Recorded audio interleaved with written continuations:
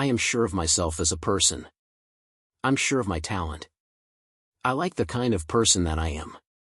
She's the queen of country, a global icon, and one of the most beloved stars in music history. But behind the rhinestones and the warm southern charm, Dolly Parton has kept a long list of receipts. For decades, she stayed silent. She smiled. She forgave, or so we thought. But now at 79, it's clear Dolly Parton didn't forget who crossed her. In interviews, memoirs, and offhand remarks, the truth has slowly surfaced. From lawsuits and betrayal to quiet jabs from rising stars and legends alike, Dolly's story is filled with names she once trusted, then had to let go. And no, we're not just talking about gossip or petty disagreements. We're talking about lawsuits, backhanded insults, and the kind of cold rejection that even Dolly's smile couldn't hide. Stay tuned, because the last person on this list will truly, and I mean truly, shock you. Number 1, Porter Wagoner. Porter Wagoner, the mentor who took her to court. He discovered her, he made her a star, and then he sued her. Porter Wagoner wasn't just Dolly Parton's duet partner, he was her gateway into national fame. In 1967, he invited her onto the Porter Wagoner Show, where millions of Americans were introduced to her voice, her presence, and her undeniable star power. Together, they dominated country television and music charts, becoming one of the genre's most recognizable duos. But the glossy stage lights masked a more complicated dynamic backstage. Wagoner was known to be strong-willed, opinionated, and at times possessive of the spotlight. As Dolly's popularity quickly eclipsed his, so did his frustration. She was no longer just his protégé, she was a rising force of her own, and she knew it. Dolly wanted more: creative freedom, solo ambitions, control over her own career. But when she made the bold decision to leave the show in 1974, Porter took it personally. He didn't see it as independence, he saw it as betrayal. Then came the bombshell. In 1979, 5 years after her departure, Porter shocked Nashville and the country music world by filing a $3 million lawsuit against her. He accused her of breach of contract and demanded a share of her future solo earnings. It was messy. It was public. And for Dolly, it was devastating. She later revealed the emotional toll in her 1994 memoir. He was jealous, he was controlling. Rather than respond with rage, she responded with a song. I Will Always Love You wasn't just a hit, it was her farewell letter to Porter. On the surface, it was tender. But beneath the lyrics was a quiet but firm declaration: she was moving on, with or without his blessing. The lawsuit nearly broke her spirit. It cast a long shadow over one of her most pivotal career transitions. Even though the two eventually reconciled before Porter's death in 2007, the pain of those years never fully faded.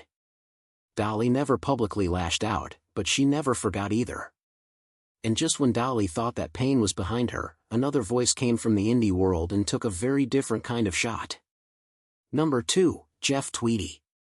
Jeff Tweedy, the indie rock star who shrugged her off. In 2023, Jeff Tweedy, the frontman of Wilco and one of indie rock's most revered figures, was asked during an interview to name a song that didn't move him emotionally. It was meant to be a light-hearted, off-the-cuff segment. But what he said next sent a ripple through the music world. He didn't hesitate, "It just never connected with me," he said of I Will Always Love You. The reaction was swift and fierce. This wasn't just a breakup ballad, it was the ballad. A timeless masterpiece written by Dolly Parton, covered by Whitney Houston, and embedded in the cultural DNA of multiple generations. To dismiss it so casually, to suggest it lacked emotional resonance, fans were stunned and offended. Social media lit up with outrage. Country music diehards, pop loyalists, even casual listeners piled on, defending Dolly's legacy with passion. Comment sections flooded with personal stories, first dances, funerals, heartbreaks healed by Dolly's lyrics. For many, Tweedy's comment felt like more than criticism, it felt like disrespect. And yet, Dolly said nothing. She didn't clap back. No shady tweets. No indirect rebuttals. She's never needed to trade insults to make a point. Dolly's always had a different kind of power, the kind that doesn't raise its voice. But even silence can speak volumes. Because not long after, Tweety's next project came and went quietly. No buzz, no chart heat, no cultural footprint. And fans began to whisper, was it just bad timing? Or had he poked the wrong bear? Dolly has built a career on taking the high road. But she's not above letting karma do the heavy lifting. And this wasn't the first time someone tried to downplay her legacy. Because long before Jeff, there were friends who turned into rivals. Number 3, Linda Ronstadt and Trio That Almost Fell Apart. Emmylou Harris, the trio that almost fell apart. They were a dream team, 3 voices, 3 legends, 1 album. Or so it seemed. Dolly Parton, Linda Ronstadt, and Emmylou Harris, each a powerhouse in her own right, came together in what fans believed would be a perfect harmony of talent. Their voices blended like magic. Their reputations were untouchable. And when word of a joint album first surfaced, the excitement in the country and folk scenes was electric. But behind the scenes, it was far from easy. The idea for Trio had existed since the late 1970s, but the stars never quite aligned. Every time they tried to make it happen, something got in the way. Schedules clashed, record labels got territorial, and creative tensions began to simmer. Ronstadt, famously meticulous in the studio, insisted on exact takes and perfection in production. Emmylou Harris was more instinctive, steeped in country tradition and emotional honesty. And Dolly?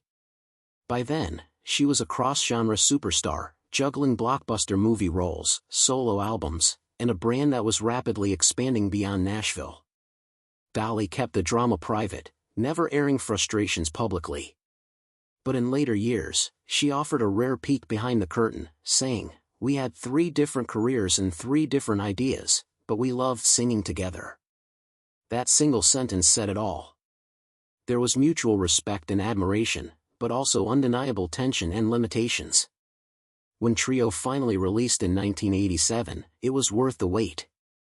The album became both a critical and commercial triumph.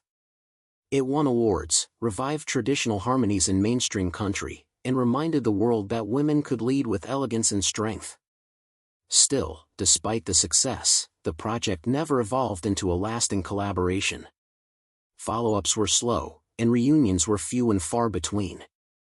It was clear the 3 women were being pulled in separate directions by their individual careers. For all their vocal unity, Trio was a fleeting chapter, not a permanent band. And just when it seemed like Dolly was finally getting her flowers, another voice, stronger, younger, and global, reclaimed one of her greatest works. Number 4, Whitney Houston. Whitney Houston, a song that overshadowed her. I Will Always Love You became one of the biggest songs of all time thanks to Whitney Houston's breathtaking, emotionally charged cover in The Bodyguard. Her version shattered records, topped charts worldwide, and introduced the ballad to a whole new generation. It became a pop culture phenomenon, immortalized in movies, commercials, and countless tribute performances. But with all the attention focused on Whitney, something strange began to happen. For a while, people forgot Dolly had written it. There were whispers in the industry, quiet speculation. Did Dolly feel erased from her own legacy? Was she quietly stewing as the spotlight shifted? But if there was bitterness, Dolly never showed it. When asked how she felt about the cover, she responded with trademark grace, "I cried when I heard it, but I didn't cry because of the money. I cried because it was so beautifully done." That said, Dolly isn't just emotional, she's smart. She held on to the publishing rights. And when a producer once approached her about selling those rights for the movie, she politely declined. Instead, she made millions in royalties and later revealed she used the money to buy a strip mall in Nashville. She did it her way, quietly, strategically, and without a hint of bitterness. Respectfully. But even family can cause tension. And when your goddaughter turns into the most controversial star in pop music, you're bound to have a few things to say. Number 5, Miley Cyrus. Miley Cyrus, the goddaughter she let go her own way. Miley Cyrus has always been bold, wild hair, wild performances, and a career that evolved far beyond Hannah Montana. She didn't just shed her Disney image, she torched it. From controversial VMA appearances to provocative music videos, Miley's transformation was anything but subtle. And through it all, fans and tabloids alike wondered, what did Dolly Parton think? After all, she wasn't just a fellow artist, she was Miley's godmother. Some speculated that Dolly was quietly horrified, that she disapproved of the antics, the headlines, the radical shift from child star to cultural lightning rod. But Dolly, ever the master of grace and restraint, refused to fan those flames. "I've told her things only a godmother can say," she said in a 2023 interview, "but I let her be herself." It was classic Dolly, supportive but measured. There was no public feud, no harsh criticism, just gentle guidance and maybe a little quiet disappointment between the lines. Dolly continued to support Miley even when it wasn't popular or easy. She praised her talent, her independence, and her boldness, even if the world wasn't always ready for it. And if there were difficult conversations behind closed doors, they stayed there. But not every critic is so anonymous. Because years ago, during a roundtable discussion, someone said something Dolly would never forget. Number 6, the younger star. The younger star who called her irrelevant, rumored but not proven.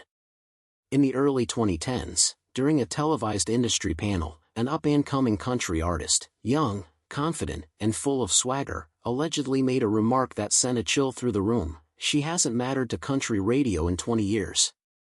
The moment was subtle, almost throwaway. But those who were there say the silence that followed was deafening. No one challenged him. No one defended her. It hung in the air like smoke.